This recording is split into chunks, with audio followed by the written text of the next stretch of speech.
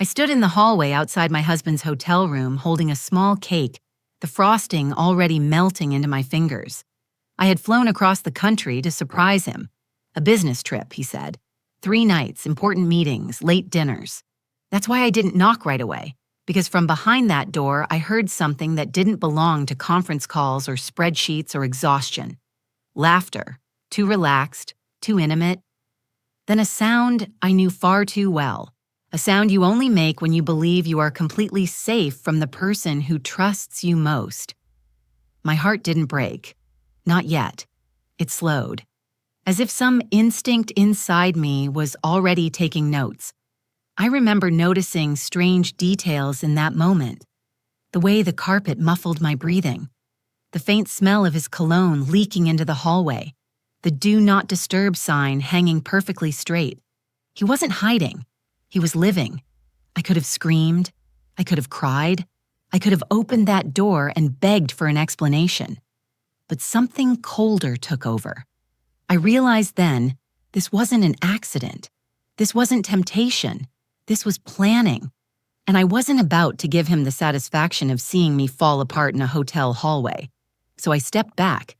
I wiped the frosting off my hands. I smiled at the security camera above the elevator. And that was the exact moment I stopped being his wife and started becoming his consequence. I didn't confront him that night. I rode the elevator down alone, my hands steady, my face, calm as if I were just another guest heading out for ice. In the mirror above the buttons, I barely recognized myself, not because I looked broken, but because I didn't. That should have scared me. I checked into a different hotel 2 blocks away, used my maiden name, paid in cash, requested no wake-up calls. Then I sat on the edge of the bed and replayed everything. The missed calls that came too late. The sudden emergency meetings. The way he'd started guarding his phone like it was an organ he couldn't live without. I hadn't been blind. I had been generous. Around 2:14 a.m., my phone buzzed. Him. Long day, just getting back to the room. Miss you.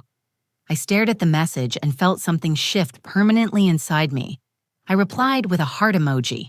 Nothing else. Then I opened my notes app and started a list. Dates, cities, expenses that didn't line up, hotel stays longer than the conferences required. By sunrise, the list had grown longer than I expected. That's when I realized this wasn't just about another woman. It was about money, about lies stacked so carefully they had started to look like a life.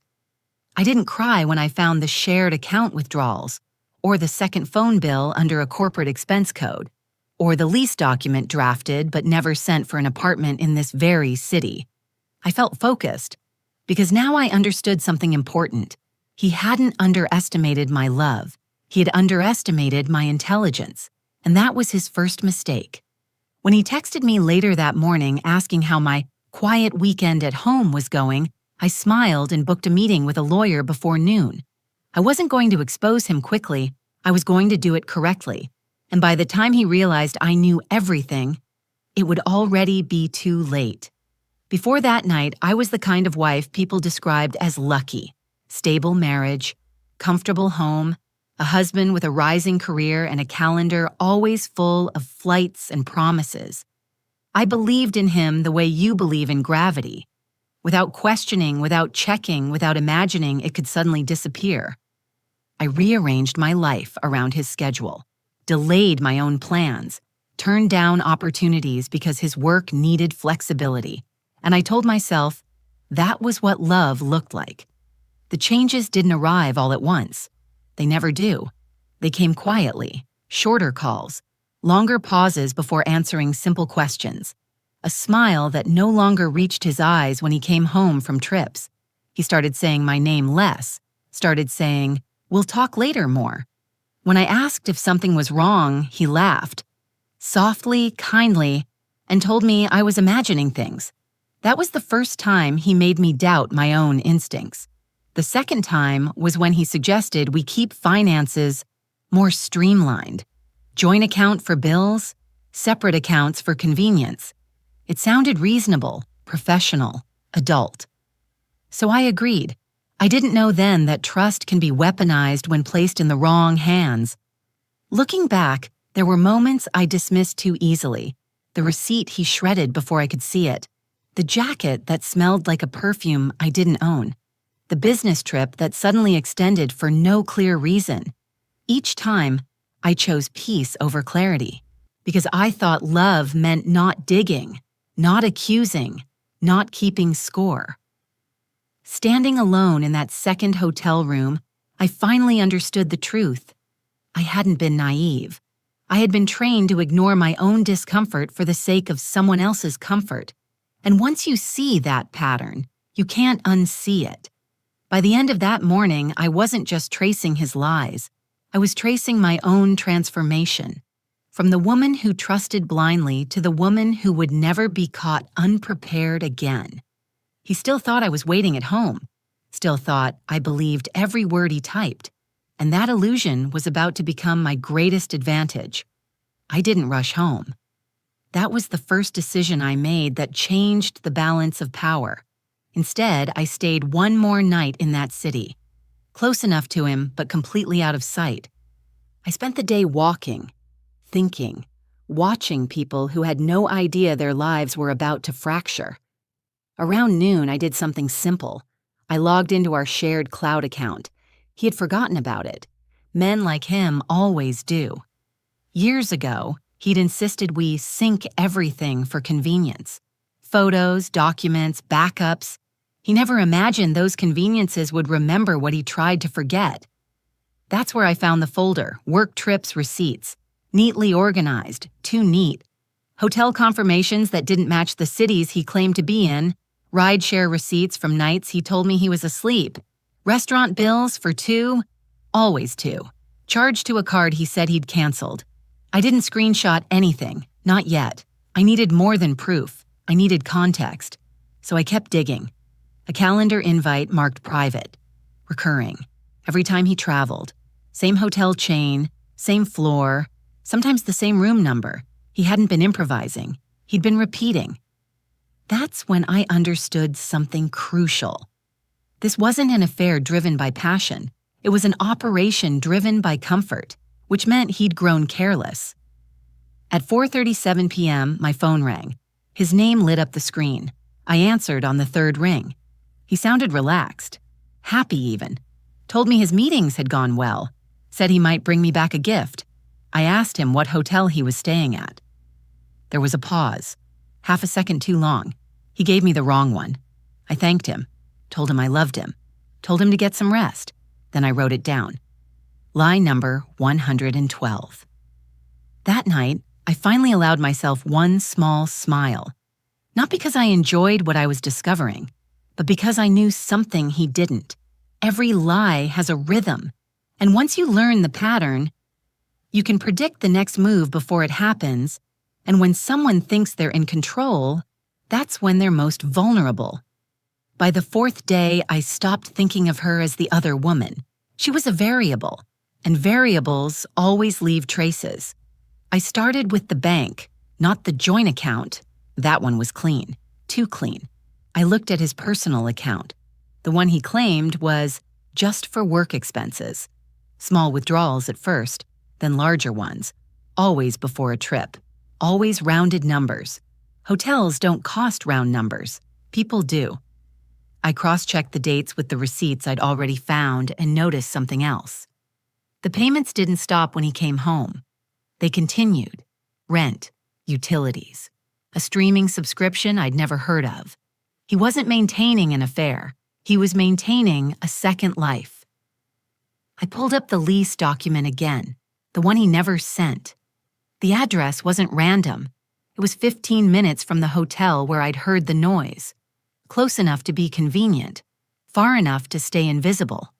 That's when anger finally arrived. Not loud, not explosive, cold. Because betrayal is one thing, but financial deception, that's premeditation. That night, I did something risky. I went back to the hotel, not to his room, to the bar. I sat where I could see the elevators and ordered a drink I didn't finish. At 9:18 p.m., he walked in, not alone. She was younger than me, not prettier, not smarter, just newer. She laughed too loudly, touched his arm like she had the right, wore confidence that didn't belong to her. They didn't see me. Men like him never look for the woman they believe they've already outgrown. I watched them head toward the elevators and noted the floor number on the panel reflection behind them. Then I left, because now I had confirmation, not just of the affair, but of the arrogance. He truly believed he could take from me and still keep me in place. That belief was about to cost him everything. I didn't confront him. I didn't warn him. I went back to my room and sent one email, just one. To a forensic accountant a friend had recommended years ago, just in case. I titled it simply, Confidential Consultation. And when I finally slept that night, I slept deeply. Because the moment money enters the story, love is no longer the weapon.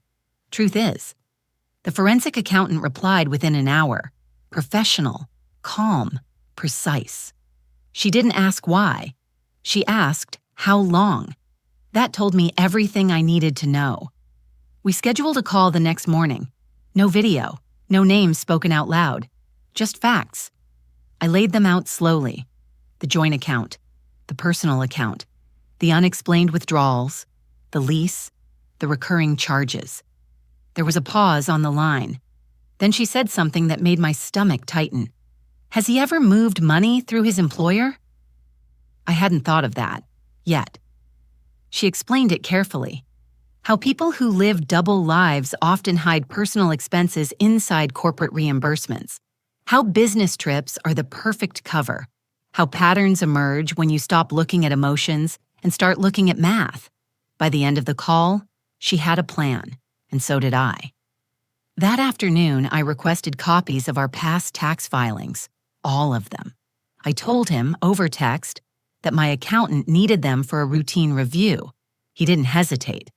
That was mistake number 2, because liars only hesitate when they're improvising. He thought this was still a marriage, still trust, still me playing my role.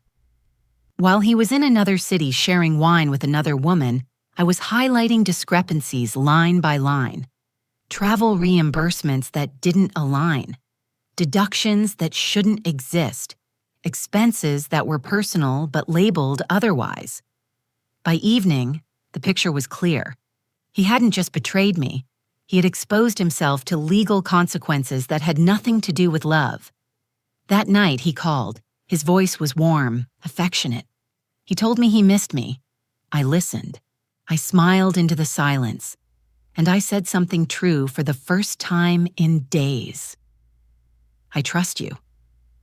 The words landed easily, because trust, I had learned, is most powerful when the other person has no idea it's already gone. When I hung up, I forwarded one more file, not to the accountant, to myself, a folder labeled Phase 1 Secured. This was no longer about catching him. It was about positioning myself so that when the truth surfaced, I would be standing exactly where I needed to be. I used to imagine the other woman as someone reckless, naive, unaware. I was wrong. She knew, not everything, but enough. The proof came accidentally. A notification popped up on his tablet when he'd forgotten to log out of the last time he rushed home. A shared calendar invite, private, color-coded, labeled with a name he never used with me. Dinner, C. I followed the trail carefully. No screenshots, no sudden moves, just observation. She wasn't a secret kept in the dark. She was a partner kept in partial light. She knew he was married. She just believed his version of it. That I was distant, cold, emotionally unstable. Still there on paper, he'd probably said, but already gone. Men like him rewrite reality to make their betrayal feel justified. And women like her sometimes choose the story that flatters them most. I found her email address buried in a document draft he never finished, a lease addendum. Her name listed as consultant. Interesting choice of word. I didn't contact her, not yet, because confrontation gives people time to coordinate their lies. Instead, I watched watched how she used his last name on delivery orders, watched how she signed emails as if testing how it felt, watched how she slowly moved from hotel rooms into the apartment he paid for. She wasn't clueless. She was rehearsing. And that told me something important. If things went wrong, she wouldn't protect him. She would protect herself, which meant when the pressure came, she would talk. I closed the tablet and placed it exactly where it had been. Then I did something deliberate. I sent her a message. Not accusatory, not emotional, just polite, just brief, just enough to unsettle the ground beneath her. "Hi, I think we may need to talk soon. Nothing urgent, but important." No name, no context. Then I waited. Because the most effective revenge doesn't start with rage. It starts with doubt. And doubt, once planted, never stays quiet. She replied 3 hours later. Not immediately, not casually. 3 hours is the time it takes to panic quietly and still try to sound composed. "Hi, I'm not sure who this is, but I think there's been a misunderstanding." No denial, no outrage, just distance. That told me everything. I didn't answer. Instead, I watched what happened next. Within minutes, his phone lit up. Call after call, missed, ignored. He texted me soon after. Him. "Hey, random question. Did you message anyone today?" There it was. The first real crack. I replied slowly. Me. "No. Why?" Too simple to challenge, too calm to doubt. There was a pause. Longer than the one at the hotel. Then, him. Nothing. Just work drama. Work. He always used that word when he needed a shield. That night, he came home early. No warning, no explanation. He kissed my cheek like muscle memory, held me a second too long. I could feel it. His body tense, his mind racing. He wasn't afraid of losing me. He was afraid of losing control of the narrative. Later, when he thought I was asleep, he stepped into the hallway and whispered urgently into his phone. I caught fragments. "She said she didn't know." "No, I handled it. Just stay calm. Stay calm." That was new. Because men like him don't panic until they realize the women in their lives might start talking to each other. The next morning, the apartment was different. Not colder. Sharper. Like a room where something had already broken but hadn't fallen yet. He watched me more closely, asked questions he'd never cared about before. Where was I going? Who had I spoken to? Why was I smiling at my phone? I gave him nothing. Because I didn't need to push anymore. The pressure was doing its work. That single message, unanswered, unexplained, had done what months of suspicion never could. It had turned them against each other. And once that happens, loyalty becomes temporary, truth becomes negotiable, and secrets begin to leak. I checked my phone again that afternoon. Another message from her. Shorter this time. Less confident. "I think we should talk. Please tell me who you are." I set the phone down and finally allowed myself a quiet breath. Because now she wasn't protecting him. She was protecting herself. And that meant the next phase would be very simple. I wouldn't have to destroy him. I would just let them do it for me. I chose the place carefully. Not a cafe, not a restaurant, not anywhere that invited comfort. I picked a quiet public park with wide benches and too much daylight for secrets to hide. I arrived first, sat still, hands folded, breathing even. She showed up 10 minutes late. That wasn't an accident. She wanted to arrive unsettled but not desperate. She was younger than I expected, not fragile, not foolish, just someone who had believed the version of a man that was convenient to believe. She didn't sit right away. She looked at me as if trying to match my face to the villain she'd been warned about. "You're his wife?" she asked. I nodded. No drama, no bitterness, just truth. She sat down slowly. "I didn't know everything," she said quickly. "I swear, he told me you were separated, that things were complicated." I let the silence stretch, because silence is where lies start collapsing. He told me, she continued, that you were unstable, that you refused to let go, that he stayed married out of guilt. There it was, the script. I didn't argue. I reached into my bag and placed my phone between us.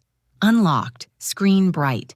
A photo of us, recent, smiling, ordinary, then another and another. Dates, timestamps, holidays he said he spent alone. Her breath caught. I watched her process the way reality rearranges itself when it no longer cooperates with denial. He told me, she whispered, that he was planning to leave you. I smiled then, not kindly. Of course he did. I showed her the lease, the payments, the travel reimbursements, the shared calendar entries he thought no one would ever connect. Her hands began to shake, because now she understood something critical. She wasn't special. She was logistical. I didn't come here to fight you, I said calmly. I came here to understand how much you know. She swallowed. Then she said the words that shifted everything. He asked me to sign something last week. I leaned forward. What kind of something? She hesitated, then reached into her bag and pulled out a folded document. A power of attorney. Limited, temporary, but dangerous. He said it was for emergencies, she said, in case something happened while he was traveling. I took the paper and folded it carefully, because now the picture was complete. This wasn't just betrayal, it was preparation. I stood. So here's what's going to happen, I said softly. You're going to tell me everything, every conversation, every request, every lie. She looked up at me, eyes wide, voice barely steady. And if I don't? I met her gaze. Then you'll find out how disposable you really are to him. She didn't argue, because by then she already knew. I didn't rush. That's the mistake people make when they think revenge is about speed. It isn't. It's about timing. I thanked her for the document, told her to go home, told her not to contact him unless he contacted her first. She looked confused. Won't he notice? She asked. I smiled. He already has, I said. He just doesn't know where the threat is coming from. That night, I did something deliberate. I became normal again. I cooked his favorite dinner, asked about his trip, laughed at the right moments. I let him believe the turbulence had passed.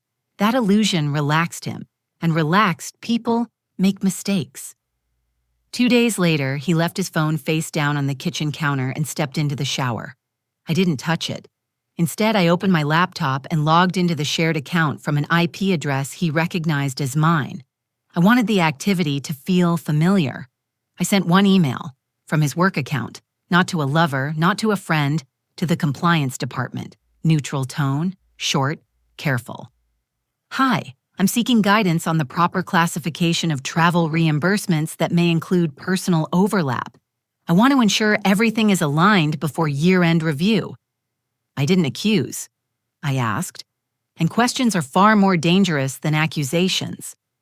I closed the laptop and poured myself a glass of water. That was the moment I stopped reacting and started directing, because now the pressure wasn't coming from me. It was coming from inside his own world. The next morning, his mood shifted. He didn't notice me watching. The way he reread emails, the way he checked his calendar twice, the way he lingered on the word review. He hadn't been caught, but he could smell the possibility. That afternoon, I received a message from her. He's nervous. He asked if I talked to anyone. I replied with one sentence. Say no. Let him guess. By the end of the week, he was unraveling. Not publicly, not yet, but privately. Where it mattered. Because when a man realizes his story is no longer under his control, he starts tightening his grip. And that's when the evidence begins to surface. I wasn't becoming someone cruel. I was becoming someone precise.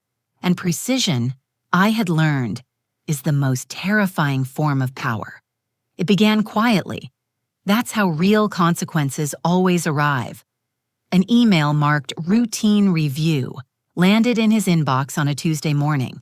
No accusations, no urgency, just a request for clarification and a list of documents to prepare.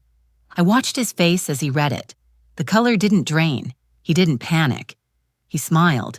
That worried me, until I realized what that smile meant: denial.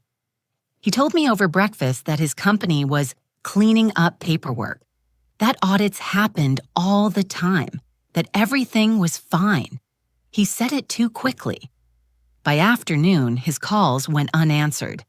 By evening, he came home late with a tension in his shoulders that no shower could wash off. He didn't touch his phone at dinner, didn't joke, didn't ask about my day. Instead, he asked a different question. "Have you ever wondered," he said casually, "what would happen if someone misunderstood expense reports?" I looked up slowly. "Misunderstood how?" I asked. He shrugged, picked at his food, avoided my eyes. "People can twist things," he said. "Make problems where there aren't any." I nodded. "They can," I said, "especially when patterns are involved." That word landed harder than I intended. Pattern. That night, he didn't sleep. He checked his email at 1:12 a.m., again at 2:47, again just before dawn. The next day, he canceled a trip, the one he'd been planning for weeks. That's when I knew the review wasn't routine anymore, because systems don't move fast unless something triggers them, and someone had. By Friday, his office called. Not HR, not legal, compliance. They asked him to come in with records and receipts and explanations. He put on his jacket like a man heading into a storm pretending it was just rain. Before he left, he turned back to me. "If anyone asks," he said lightly, "you don't need to get involved." I smiled. "Of course not," I said. "This is your work." And it was. Every lie, every transfer, every document labeled business that never was. As the door closed behind him, my phone vibrated. A message from her. They asked about me. I closed my eyes and let myself feel it. Not joy, not satisfaction. Relief. Because now the truth wasn't mine to reveal, it was theirs to uncover. And once the system starts watching, it never looks away. It never is. Real destruction doesn't announce itself. It unfolds, slowly, methodically, in places no one else can see, until it's too late. He came home that evening without his jacket, without his confidence. He said the meeting had been long, that compliance just needed clarification, that everything was being blown out of proportion. He used that phrase twice. People repeat lies when they're trying to convince themselves. I listened, nodded, played my part, because by then the collapse had already started somewhere else. Her phone rang first. She didn't answer. Then again. Then again.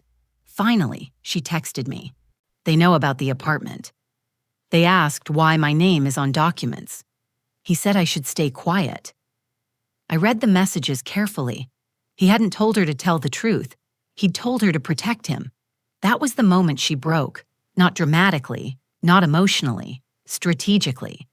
She forwarded me everything. Emails, messages, voice notes he'd sent late at night, reassuring her that everything was handled, that he was in control. Control is always the last illusion to die. By Wednesday, rumors reached his office.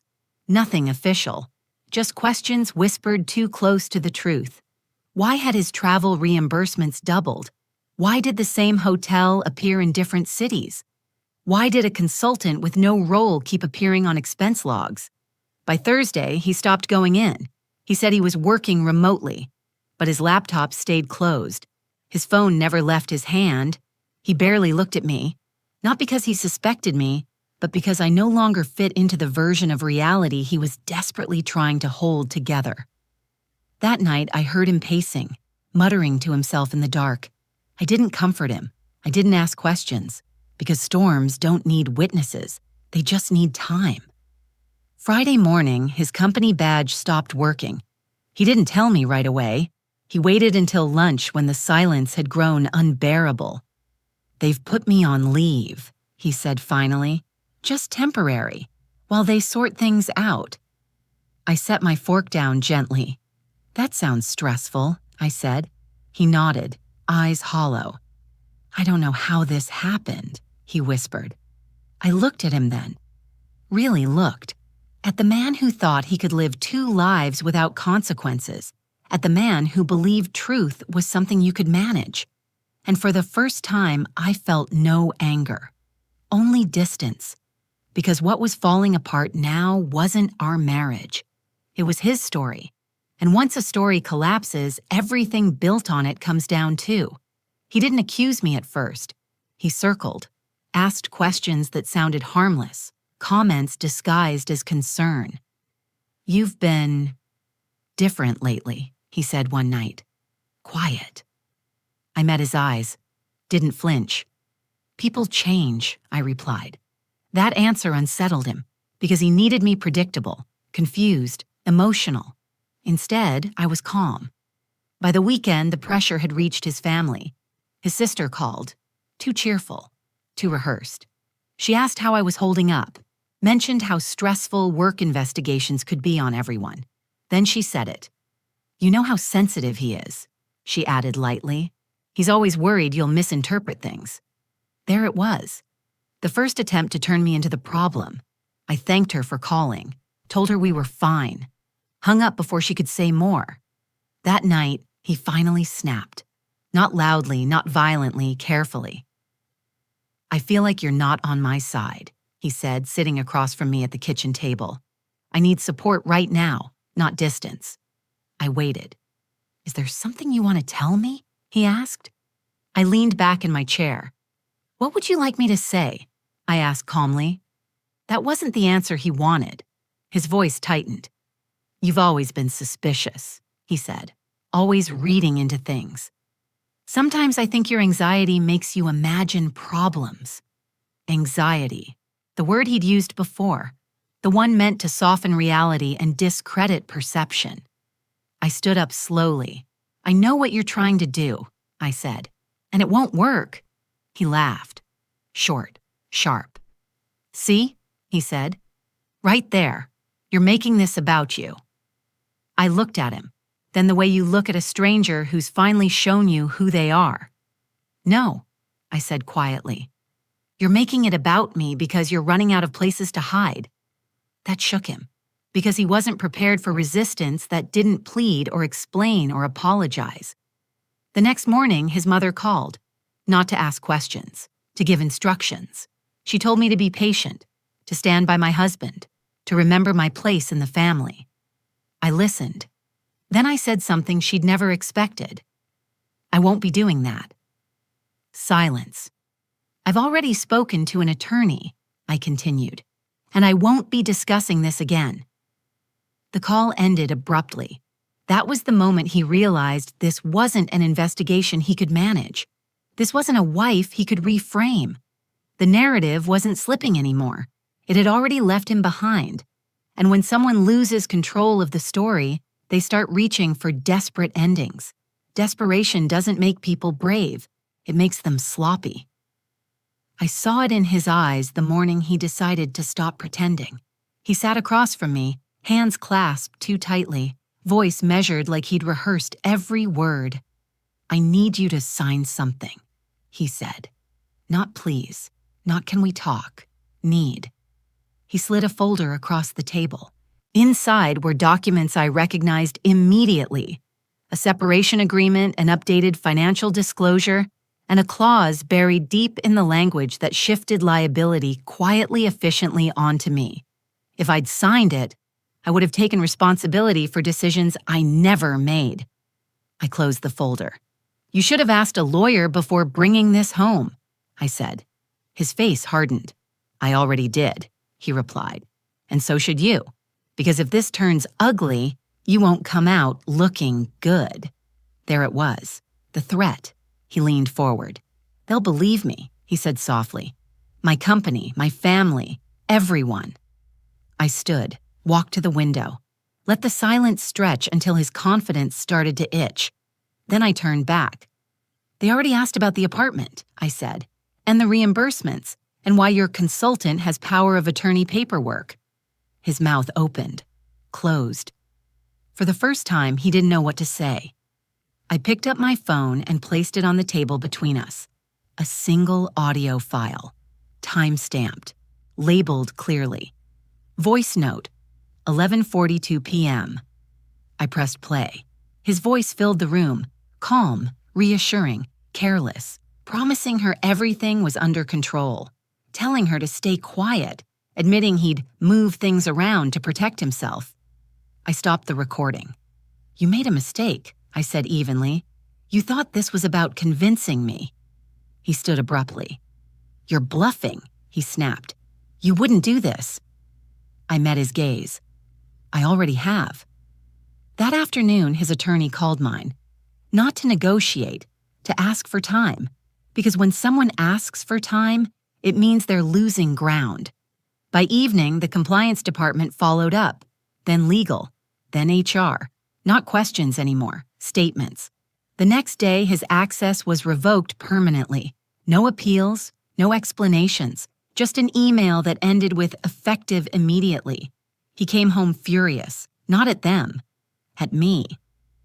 "This is your fault," he said, pacing. "You ruined everything." I didn't raise my voice. "No," I said. "You did?"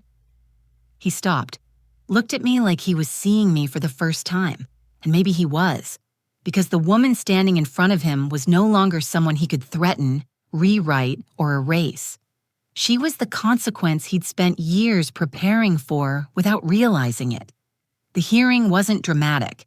No shouting, no slammed doors, no last-minute confessions, just a long table, neutral faces, and a projector humming softly in the background. That's how the truth prefers to appear, without emotion. His lawyer spoke first, carefully, cautiously. They framed it as a misunderstanding, a compliance error, poor judgment under pressure. They avoided one word entirely: pattern. Then my attorney stood. She didn't raise her voice, didn't argue, she connected dots.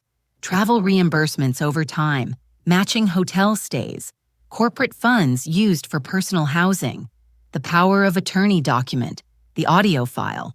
One by one, the story he'd lived inside collapsed into data. Charts don't lie. Timelines don't soften facts. I watched him across the table. He didn't look angry anymore, or defensive. He looked small. When they played his voice note, the room changed. Not visibly, but permanently. Because once someone hears you admitting intent, not mistakes, not confusion, intent, there's no going back. The board asked him questions, short ones, direct ones. He answered some, deflected others. But the damage was already done. By the end of the session, the decision wasn't announced. It didn't need to be. Everyone knew. Outside the building, phones buzzed. Industry blogs, internal memos, whispers that spread faster than any official statement ever could. By nightfall, his name was trending in places he couldn't control. Not as a villain, not as a monster, as a liability. He came home late, didn't speak, just sat on the edge of the bed, like a man waiting for something inevitable. "I didn't think you'd go this far," he said finally. I stood in the doorway. "I didn't think you'd force me to," I replied. The next morning, I moved out, not because I was running, because I was done sharing space with someone else's collapse. By the end of the week, the separation was formalized, assets frozen, accounts reviewed, and the woman he'd built his second life around? She disappeared, changed numbers, left the city. Because when consequences arrive, they rarely come alone. And when they do, only one person gets to decide whether they survive it whole. I could have taken more. Everyone told me I should. Friends, lawyers, even strangers who heard fragments of the story and filled in the rest with anger. They said I had leverage. They said this was the moment to press harder, to extract every apology, every dollar, every ounce of humiliation. They weren't wrong. But revenge isn't about taking everything. It's about taking enough. I sat across from him one last time in a room that smelled like paper and stale coffee. No tears, no shouting, just signatures. He looked thinner, older, like someone who had finally realized that confidence isn't the same thing as immunity. "I never meant to hurt you," he said quietly. I believed him, not because he was honest, but because he'd never thought about me at all. That was the truth he couldn't face. "I know," I said, and I meant it. I didn't demand public apologies. I didn't chase gossip or headlines. I took what was fair, what was documented, what was mine. And I walked away while he was still trying to understand how everything had slipped through his fingers. Outside, the air felt different, lighter, like a storm had passed without leaving debris behind. That night, alone in my new place, I unpacked slowly. Each object felt deliberate, chosen. I wasn't rebuilding, I was reclaiming. Because the deepest revenge isn't destroying someone else. It's refusing to let them define the ending of your story. And for the first time in a long time, I slept without listening for footsteps or waiting for lies. The quiet didn't scare me anymore. At first, it had felt unfamiliar, like a room after the music stops. But slowly, I learned the difference between silence and absence. This wasn't emptiness, it was space.